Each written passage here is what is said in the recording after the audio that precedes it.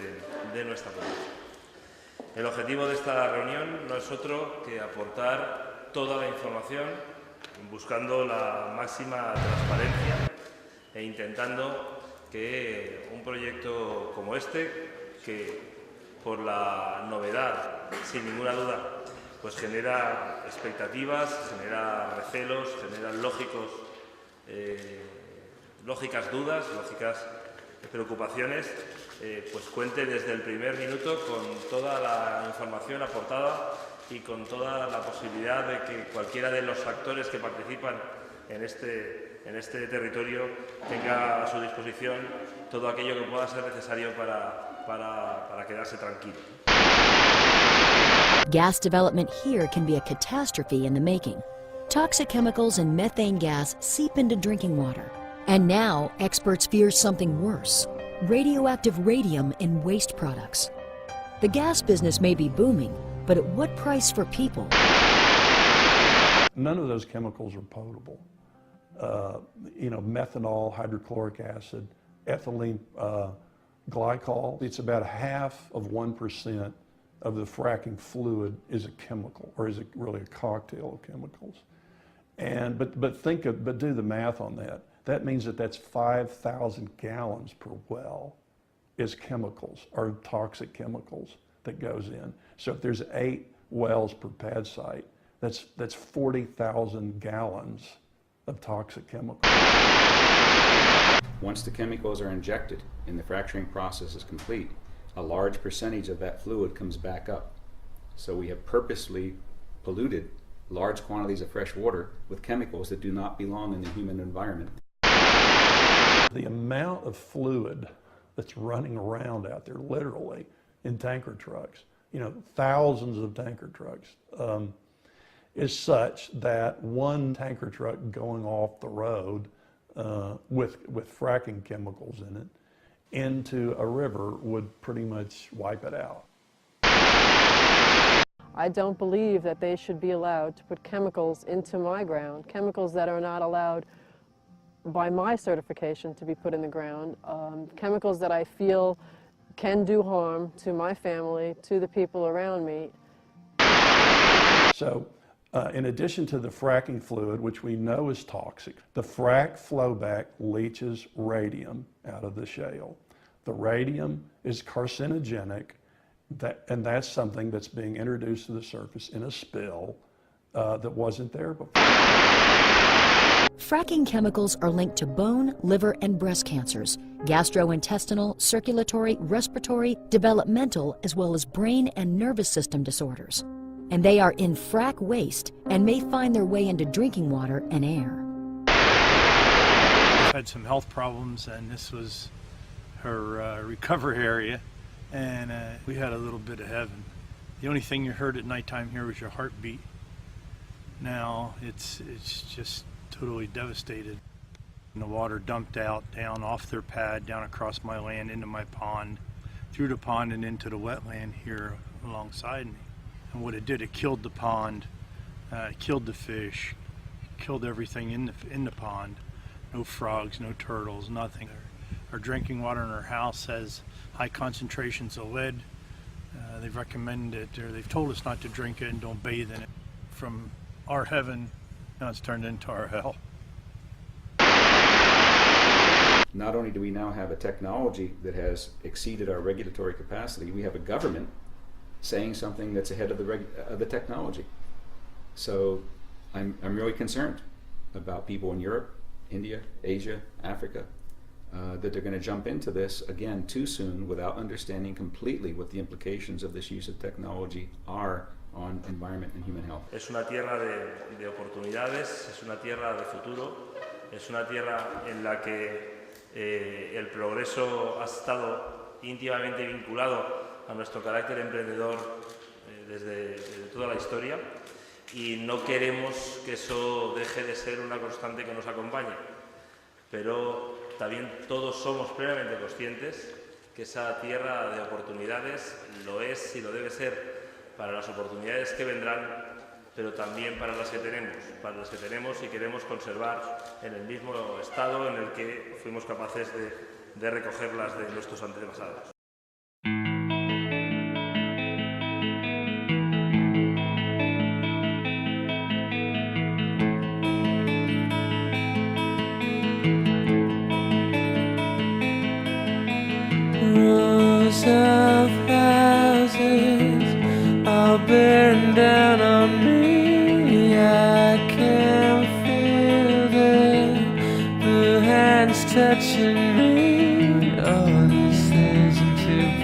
position. All these things are one day swallow whole.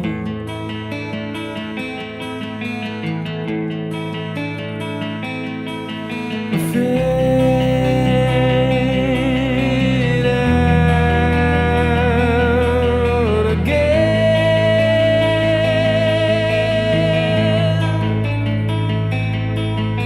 Fade out. This machine will not communicate these thoughts and the strain I am under. Please watch out, form a circle before we all go under.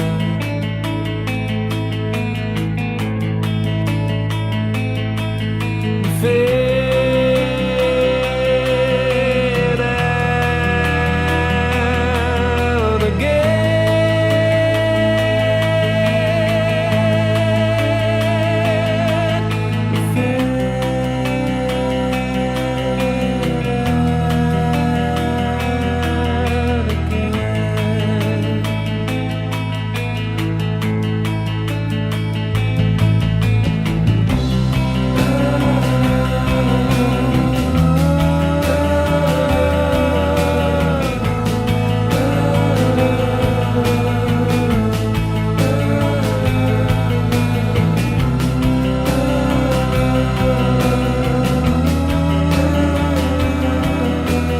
Clock-ticks, dead birds scream as they fight for life. I can feel death, can see its beady eyes. All these things into position, all these things will one day swallow.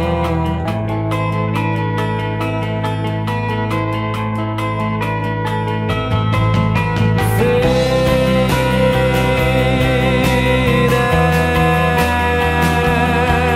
again.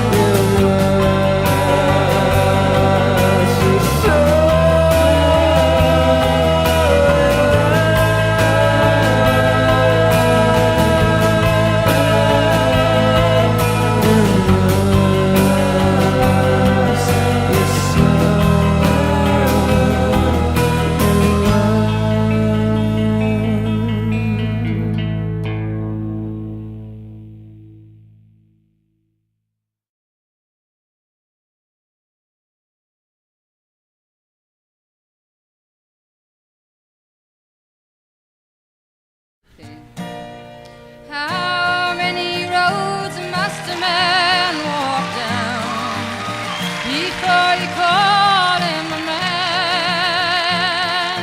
How many seas must the white dove sail before she sleeps in the sand? How many times must the cannonballs fly before they're forever banned? The answer, my friend, is blowing in the wind. The answer is blowing in the wind. How many years can a mountain exist before it's washed to the sea? How many years must some people exist before they're allowed to be free? And how many times a man turn his head and pretend that he just doesn't see the answer? The answer, my friends, is blowing in the wind. The answer is blowing in the wind. How many times can a man look up before he sees the sky? How many ears must one person have before he can hear people cry? And how many deaths will it take till he knows that too many people have died? The answer, my friends, is blowing in the wind. The answer is blowing in the wind. Oh, the answer, my friends, is blowing in the wind. The answer is blowing in the wind.